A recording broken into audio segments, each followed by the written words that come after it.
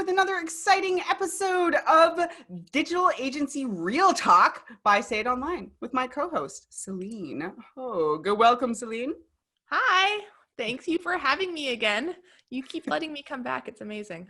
I know, it's almost, heck, at this rate, we should just hire you or something, have you work for us.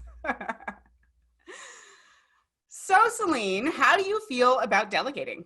I love delegating. Sometimes it can be a bit scary because, obviously nobody does it better than me, but it also means less stuff that's on my plate and for me to do. So this is something that I personally, like back 10 billion years ago when I was in high school and I was student council president, I had to learn how to let go and delegate. And ever since, it's something that I've been constantly practicing and doing because I can't do everything as much as I try to pretend I can. How do you feel about delegating? I know. I used to hate it.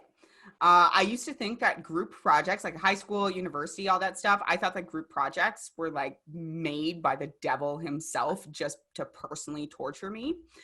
Over time, it's really grown on me. It's really grown on me to the point where delegating can not only be fun because it means less things on my plate, so more opportunities to do the stuff that I really thrive at doing, but it can also be fun and kind of like a puzzle to figure out, how to delegate effectively, like who to delegate what to, whether we're delegating stuff internally or externally or what that looks like. And I did just realize that saying that out loud probably makes me the biggest nerd in the world because it's just so fun. I'll fight you for that title. Oh gosh! Throw down, whip out our calculators and just get calculators, spreadsheets. But then I'm gonna have to like pull out like some fantasy novels and get deep into like lore, and then you'll probably whoop my butt because you have a great memory for details and read the same books I do. Now we're gonna have to have like a fantasy versus Google Sheets like showdown somehow. That would be awesome. So, well, tell me. Yeah. Tell me a bit more about, I guess, like why delegation is actually important. Because I know a ton of people who, even though they like in theory, they're like, oh, I should delegate things, they never do. And tell me a bit about more like at a top level, what is your magical, mystical theory of delegation? Yes. So that's what we will be getting into today, Say's infamous theory of delegation, which I've referenced tons of other times. But today we're going to get into the details. So delegating is one of those things that everybody knows that they quote unquote like should do it. But I think beneath the surface, there's a lot of overachievers like me and like you who secretly resent having to delegate anything at all.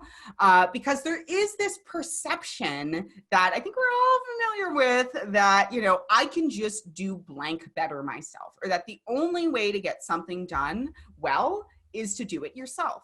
And that is just quite simply not true. However, if you're delegating poorly, so if you're making the wrong decisions about what to delegate to who, when to start delegating, how much to delegate to one person, or how to separate out and delegate your tasks, that can just become a nightmare, right? That's what I really think is the truth. It's not that delegating itself is so uncomfortable and doomed to failure. It's that most of us were never taught how to delegate well, how to understand, where people's skills are and what the best ways are to make sure that everything's being done at the level you want it to, in such a way that once again, you are spending your time on the most valuable tasks. There's this concept of $1,000 an hour tasks versus $100 an hour tasks versus $10 an hour tasks. And you as a leader in your organization, sometimes we get we as leaders in our organizations, sometimes we get bogged down in kind of the $10 an hour tasks, sometimes even the $100 an hour tasks, but really we should be spending our time on the $1,000 an hour tasks, right? Or if not the $1,000 an hour tasks, at least the things that you genuinely are providing value in doing really well and are the best person suited for that particular role. Did that answer your question? That totally did. And I think that's true. There's also a bit of initial hesitation around delegating, almost like a guilt sometimes. For me, it's like, hey, if I delegate all my tasks to people, then like what value am I really bringing to this business? I'm not doing anything, which is not true because I always magically find ways to fill my time and I'm endlessly busy. But sometimes, you can kind of feel like, oh, if I delegate all my tasks, what am I really doing here? And the other thing is, especially when you're also responsible for paying people and the finances, is if I like, why would I pay somebody else to do this when I can do it for free? Which we all know our time isn't free, but there's that mentality. And I know this is not the point of the episode is to get past that, but I just wanted to acknowledge that is, that there are some initial hesitations. But I guess once we've made, maybe this is a whole nother episode on how to like get prepared to delegate, but once we've made that magical leap and we're ready to delegate, how do we know who to delegate what to? Yeah. And also go so far as to say that there's an opportunity cost to not delegating effectively. Not just not delegating, but not delegating effectively. I think most of our listeners, their companies, their teams, et cetera, have grown to the point, their deal flow have grown to the point where delegating is a necessity. There are a few people that we work with that we know that are really, really effective solopreneurs. But most people, have some sort of team and they've started handing things off to other people. But the problem is that if you're not handing things off effectively, then it's not just that things might get done crappily, but that because your time in your day and the time of the people who do high value, high level tasks is finite and valuable, they often get stuck doing the urgent things rather than the important but not urgent things. And it's those important but not urgent things that really drive you forward in a big way, that help you, fulfill your impact and your mission in a huger way, that allow you to make giant growth leaps instead of incremental growth leaps. And so this theory that I'm going to share with you guys, it's a framework for how to put things in buckets around delegating. So it's not the whole thing, but it is a process that pretty much guaranteed will help you unravel a little bit the lines of why you're choosing someone, or, if you're considering a contractor versus someone in-house versus, a VA to take something on. I think this is really valuable for those kinds of decisions, not just whether to delegate or what to delegate, but how to delegate a specific thing that you know that you need to delegate. Does that make sense? That makes total sense. So what are these buckets that you mentioned? Okay, so at a high level, we have delegating up, delegating down, and delegating laterally or delegating across. And each of those has different applications and different things that it looks like, but super high level. So delegating up is about delegating to someone who's better than you, at delivering a service. Delegating down is delegating lower value tasks off to somebody so that you can focus, you or the person in question can focus on higher value tasks. And delegating laterally is splitting up tasks or outcomes between people with equal skill and capacity. Well, not always equal capacity, but equal skill than the person who's doing the delegating. That makes sense. So I guess what is kind of the first stage of delegating that people usually start with? Okay, so if we're starting with where people usually start, and again, I think a lot of our listeners are kind of past this stage, but it's really delegating down. We hear about this all the time, right? The 4-hour work week made it super famous. I have heard of and seen a million different presentations on this. I've read books, this idea of hiring a grunt worker, so to speak. So often this is hiring a VA, a virtual assistant, potentially to take calls, make appointments. Heck, depending how creative you get with it, you could be hiring someone to make your lunch. I had a job back at a community grocery store where the owner, who basically, this was a very, very unique grocery store. She did and still does hire quite a few people for these various types of delegating down. So she's super busy doing the high value tasks. She would have one of her workers come in and do her dishes because it was a flex personal and business space. Do her dishes and make her lunch. And that would save her an hour a day, right? At least that she would then put into the higher value work. So obviously that's a different industry. In our industry, it tends to be more like emails, booking flights, if people are still flying right now, things like that. And I'm going to be honest, although this can be really, really helpful because it can be very tempting to be like, oh gosh, I could be paying someone a fraction of the amount that I normally would pay myself or etc. to be saving me this much time. But it's not always as easy and straightforward as it seems. You can see. So what do you need in order to delegate down? So in order to delegate down, you really have to have everything together. So some of the advantages of this, we talked about opportunity cost. This has a lot of potential because even an hour or two a day, right? So we talked about like that person that I knew who was maybe saving an hour a day on like food, maybe an hour a day on something else. Let's say you're spending 2 hours a day on your email, 2 hours a day times 5 days a week, like that's 10 hours a week. That's basically a part-time job, right? That could be 5 to 10 hours a week. I mean, that's 20 to 40 hours a month. That's a lot of time. So, there's a lot of benefit and it's very appealing. But the downside to that is that most of the time when we're talking about digital marketing, we're not talking about just like cooking a meal. And even if it is cooking a meal, right? Like what type of food do they like? What type of ingredients are there? There's much, much more complicated things. And you're not hiring a caterer. You're not hiring someone who you basically tell what you want to eat. They show up with everything, right? And I think that's obvious when we're talking about just like somebody coming in and like throwing something on the stove. But a lot of people, a lot of digital agency leaders get really confused when they bring in someone to delegate down, thinking that person is really going to be a carbon copy of them, right? Maybe that person, I had this mistake too, is going to do email and graphics and data entry and maybe update the back end of WordPress websites because, hey, you do all of that stuff and it's all pretty simple and anyone following a process can do all of that. Now, the problem is that you have to provide the processes. You have to provide the training. You have to provide the resources. You have to provide the accountability. You have to provide all of the documentation. So before you can really hand that off to someone else, and yeah, there's like shortcuts and etc., you need to have a lot of stuff together. And that person is only really going to be doing the hands work.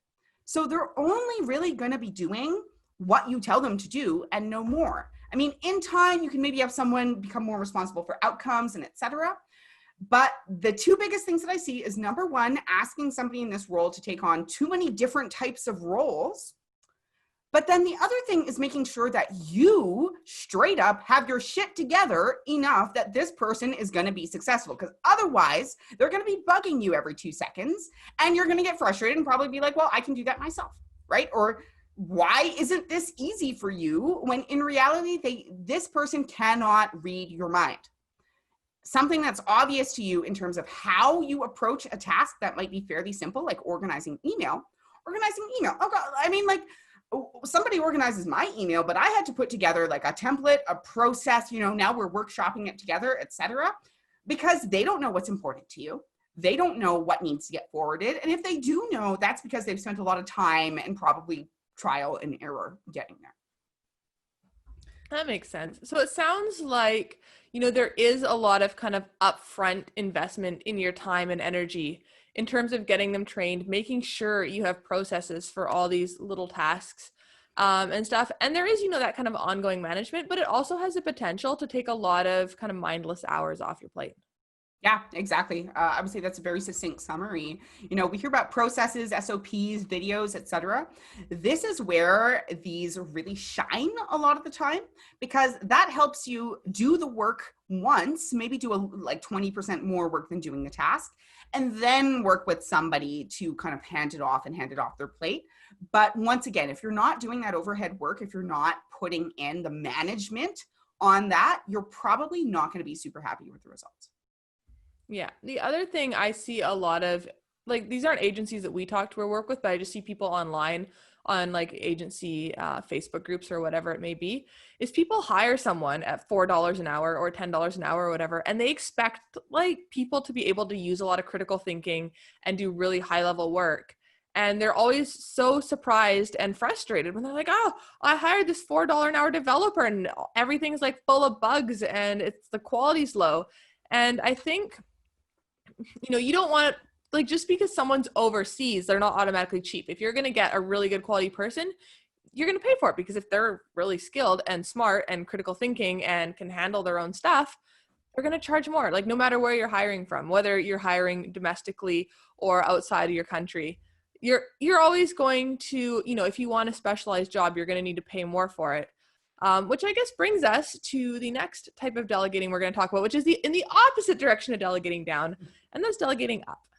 Yeah. And I think you brought up a really good point, Celene, which is that no matter what type of role you're considering delegating. So even a VA role, right? Or let's use the example of a developer, you know, like you can delegate down, up, or laterally for any of these roles. That's why they're not divided by role, right? Like even a VA, you know, there's a woman I greatly respect here in British Columbia, Canada, where I live, who started, what does she call it? Admin Slayer, which is basically a team of like super VAs.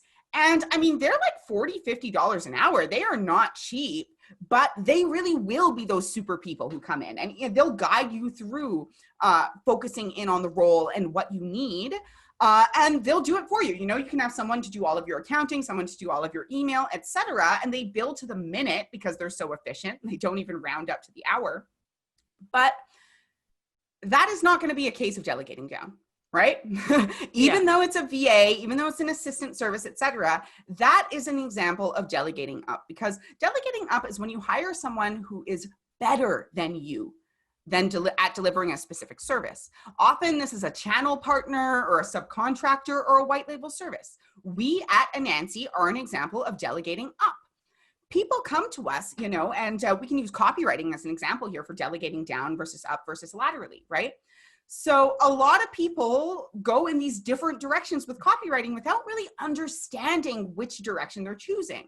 If you're delegating down for copywriting, right, you're basically hiring a freelancer writer who's super basic, right? They're not going to be $4 an hour or something. They're probably not going to be overseas, but they're still just a copywriter that you're going to need to provide all of the information. Basically, they're going to write, but they're going to write what you tell them to write. So you need to make sure that they have an outline of every page, that they understand all of the relevant information, and they may or may not be a conversion-focused copywriter, because conversion-focused copywriters usually tend to go into one of the other two categories.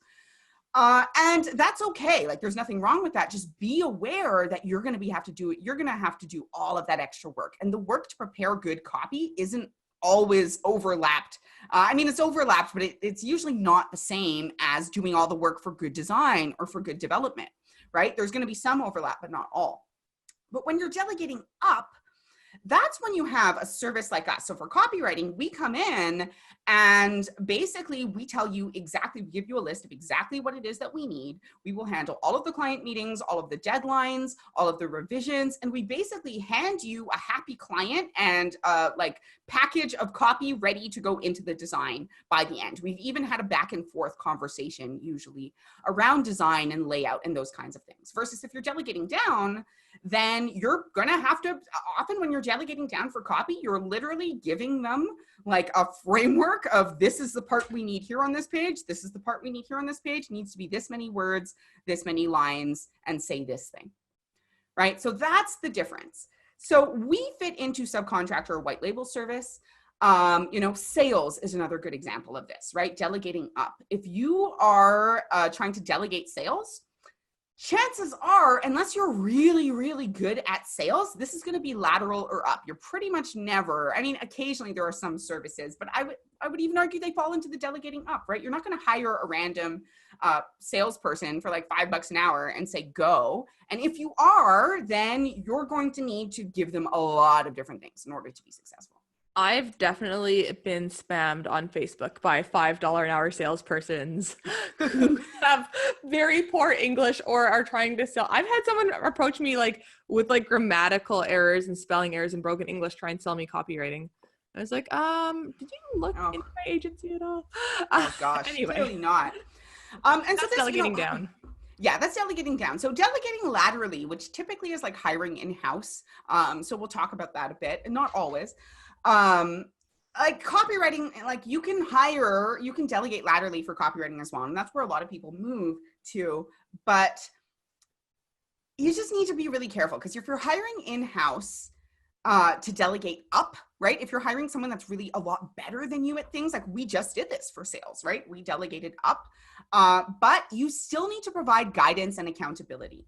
So you need to know enough about that thing in order to hold the person who's doing it accountable. You need to understand what the outcomes are, understand what the expectations are, and all of that does take time. But overall, this approach is the best way to deliver super high value with relatively low time investment, right? But let's be real, this is expensive. Your financial investment on delegating up is going to be larger. But there's a few different caveats here. One is that, especially when it comes to subcontracting or something like that, but anytime you're delegating up, they are coming with an ROI, or they should be coming with an ROI. Sometimes that ROI, like when we're just doing like getting a web project done with copy, that ROI is just straight up happy customers, higher cash flow because everything's getting done faster and more efficiently, lower frustration. But if we're hiring a salesperson, right, there's going to be an ROI on that. We're shelling out for a salesperson, but we're going to be getting something back. And if we're not getting that back, that is a sign that that's not a good fit. There's also an opportunity cost here, because if you suck at something and it's a key element of your strategy or your client's needs, you can't afford not to deliver it well. I would say copy falls in this, right?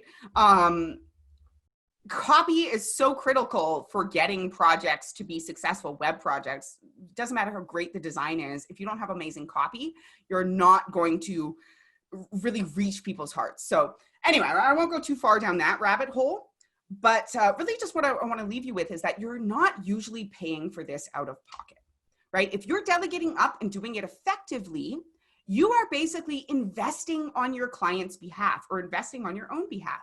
They are the one who's footing the bill, and they are the one who is receiving the value. Sometimes you can even make money on delegating up. If it's high value, you mark it up a little bit. Now, there is risk here, right? Like, this is an investment. There is risk. Do your homework. If you want to delegate up, talk to other people who have worked with that provider. If you're hiring in-house and delegating up, your risk is even higher because you're committing to this person. It might take you months to figure out that ROI isn't going to be delivered. So please call references, do your homework, right? Like, make sure they have the skills and can deliver that result that you want to achieve. Anyway, that's delegating up. I could go on a lot about this because this is what we do. But we still have one more. Delegating up isn't the end of the picture. So I guess the last one is the one that I'm the most interested in, because when you hear delegating up and delegating down, even if there's no conversation around, you have no context, you're like, okay, I can pretty much figure out or get an idea of what that means. But delegating laterally, it always sounds so cool. And it's not as immediately obvious what it is. So tell me about delegating laterally. Yeah, so delegating laterally, delegating across, right, is really about splitting up tasks or outcomes between people with equal skill as you. So usually this is in-house. This could also be like, let's say, let's take the example, of design. So, you're delegating down for design. Maybe you are basically putting together the mood board, the overall design, and you're having somebody just like kind of fill in the details or do some simple stuff or maybe design a logo. Delegating up, maybe you're a master developer. You don't really have a lot of skills with design. So you're bringing in a design company that maybe always has someone available. It could be one really amazing designer, or it could be like a company that has a variety of designers at the skill level that you want that are always going to deliver. Now, delegating laterally, this could look like you're already good at design, but you're at capacity with the design that you do. So maybe you don't want to take yourself fully out of design. You definitely have those skills. You don't just want someone, relatively cheap to fill in the blanks. And maybe or maybe not, you have someone else on your team that can work through this. So this is not, I want to repeat, this is not cloning yourself.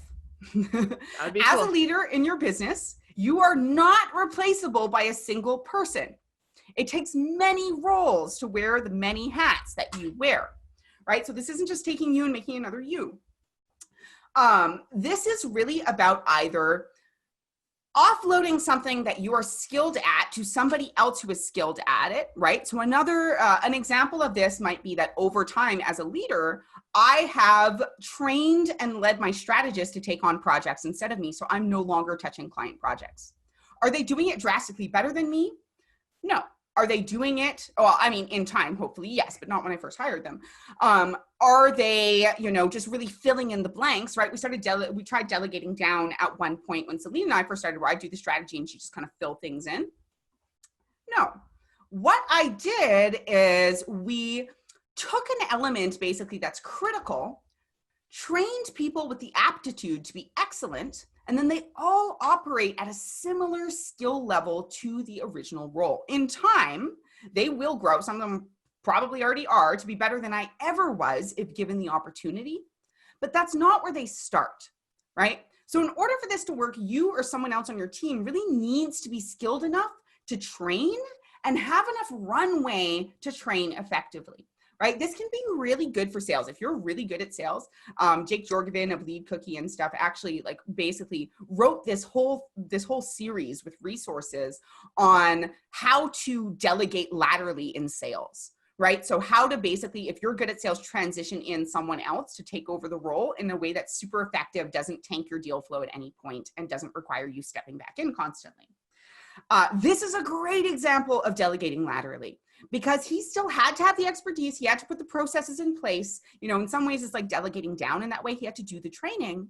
But in the end, he didn't just have a grunt worker. He has someone who can be accountable for the outcomes, right? Accountable for the outcomes without being micromanaged, without having you looking over their shoulder. They may come to those outcomes differently in the end, but you know that the skill and the value of what is delivered will be on par with what you originally intended. Did that satisfy your curiosity? Was there more you wanted to know about that? No, as you're talking and I'm listening, I'm just thinking of more examples. Even a lot of times, even larger agencies don't necessarily have kind of the visionary integrator type of setup. And so having that one person and splitting all the responsibilities of a single owner between two people, similar to how we work, I think. I mean, I'm trying to fit my own thoughts into your theory, so you could also tell me if I'm wrong. But I think that that's also a type of delegating laterally, where you're splitting the responsibility between two equally capable people. Yeah, exactly. So, if you're just starting out on a leadership level, this can look like splitting sales and projects. So one person's doing all the sales, one person's doing all the projects. This could also be, no, I would say that's delegating laterally. You guys don't necessarily have equal skill at that, but you're looking at, okay, within the people we have, within the resources we have, how are we going to split this up so that each of us is working in a more focused manner?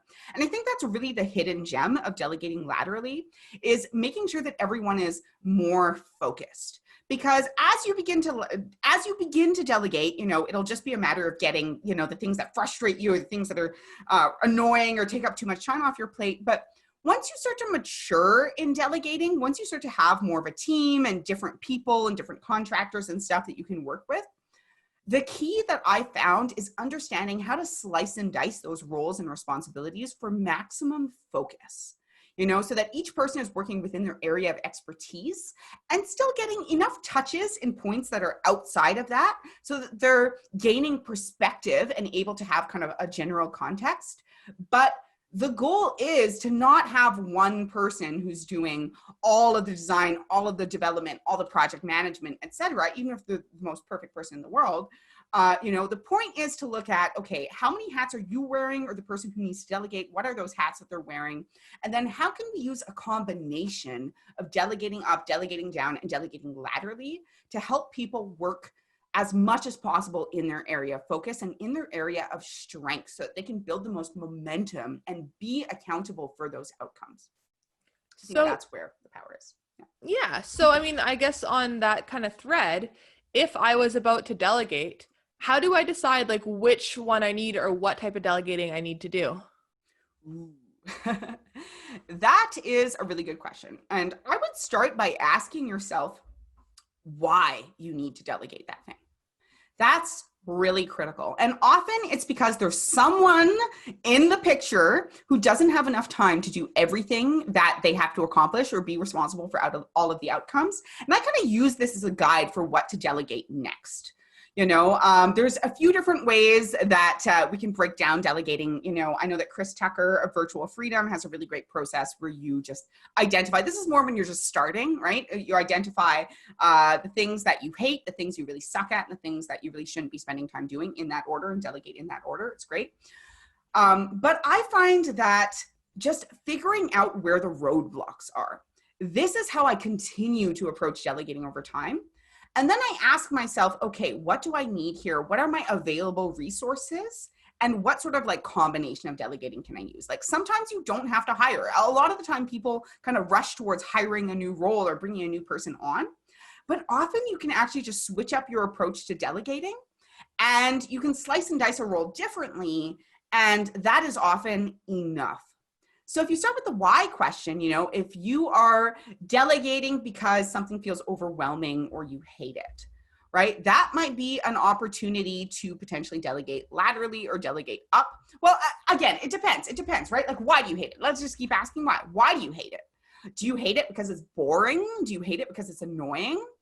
Or do you hate it because you don't feel like you're doing a very good job at it? Do you hate it because it's expensive and time consuming? All of these different things can inform where and how to delegate in a different way. But it really depends on the situation, because like I said, any role or any job can be delegated any one of those three ways. And sometimes it's just running through what those options would look like, to be honest. It's like, okay, we want to delegate this. What would delegating up look like? What are our options? What would delegating down look like? What are our options, right? What is delegating laterally? Who are the people on the team, etc. So an example being our marketing team. So we have a chief of marketing, and as her role has evolved, because she was only, appointed or accepted the role back in January, she was basically doing everything. And as time went on, right, at first she wanted to be kind of doing everything. So she understood everything, the tech behind the like blog and newsletter and all that kind of stuff, our podcast. But in time, she was like, wow, I don't have enough time to do all this stuff. So we kind of did a little bit of an audit. We were like, okay, where is your time going? She's like, well, as it turns out, she's spending tons of time on admin stuff. So it was like, okay, well, who do we have on our team? In this case, it could have been delegated down. We could have hired a VA to do some of that work, but we're like, okay, well, our chief of admin can do this stuff in his sleep.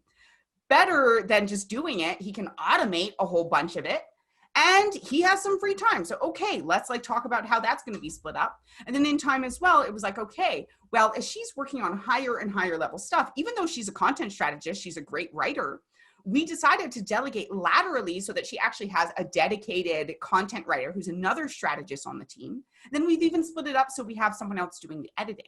Now, this might sound complicated, like we have 4 or 5 different people doing the same role, but in actuality, they're all doing the elements of it that work together like an oiled machine to go together. So Jazz is still doing the high level goals. She's planning the funnels. She's making sure everything's staying on track. She's holding that accountability. But Kevin ends up doing a lot of the like tech and admin work, and she can go in and tweak it if she needs to. And then we have Anam doing the editing because, she comes from a background of editing, and she can just do editing way faster and way more efficiently than anybody else. So everybody's basically working together, but we didn't just sit down and go, okay, this person's going to do that. This person's going to do that. This person's going to do that. It was an iterative process over time as we realized, okay, this person is in charge of this bucket. And now where are the roadblocks at, right? Like where are the roadblocks? And often that roadblock is time and capacity. So true. One thing I will say on that, because that's kind of a unique situation with us, is having several people kind of working in one kind of branch of the company like that, is if you are going to split up what was formerly a role, make sure you have lots of like processes and check-ins and guardrails for keeping everyone organized and on the same page. Because I've also seen people who've tried to do this and then it becomes a disorganized mess and things take a long time and nobody's on the same page. That happens. Absolutely. It does. And that's why, not only is it an iterative process, but that's why I said we grew into that. We didn't just designate 5 different people to work on something. As time went on, we had more processes. We could develop more processes. We could go further. That's where things started to kind of complexify a little bit. Because fully aware, and to us, it's actually simpler. But I will just say, you know, simple. Start simple, make it more complex later if you have to, and you probably don't have to. Awesome. So that's really it when it comes to the theory of delegation. It's simple. It's not always easy. And it really takes practicing and applying it in your life and in your business for it to become kind of 3D and become valuable to you. So go forth and implement, right? Decide where and when. Next time you have an issue or a capacity problem or a roadblock or a bottleneck, ask yourself, would delegating solve this? If so, what would it look like if we delegated up? What would it look like if we delegated down?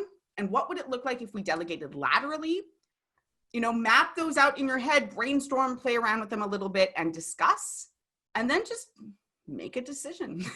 Make a decision, go forth, act, see how it goes, and don't be afraid to make another decision as time goes on. Awesome. Well, that's all we got for today's episode. So our theory of delegation, hopefully it helps you out. This is something, you know, like I said, I totally made it up over time and experience. So let us know. Does it work for you? Does it not work for you? Is there a huge gaping hole I forgot and somehow missed over the last few years of refining this? Is this basically a clone of a theory that already exists that we haven't heard of but came up on our own? Oh yeah, that's true. Please tell me. I don't want to plagiarize. As far as I know, this is, I just made this up. But anyway, we want to hear from you. We want to know what you think. We want to know how this helps you apply it or what ways we could potentially workshop this to make it better. We want to hear from you. So feel free, you know, drop us an email, shoot us a line on Facebook or Instagram or LinkedIn, you know, Anansi Content, ANANSICONTENT. We'd like to know. And for all of our listeners out there, as always, have an excellent rest of your day. If you're having trouble delegating something today, then just take 10 minutes, you know, sit down, brainstorm it out. You don't have to make any decisions right away. And hopefully that will just give you a little bit more clarity, a little bit more focus. Always take care. Have a good day.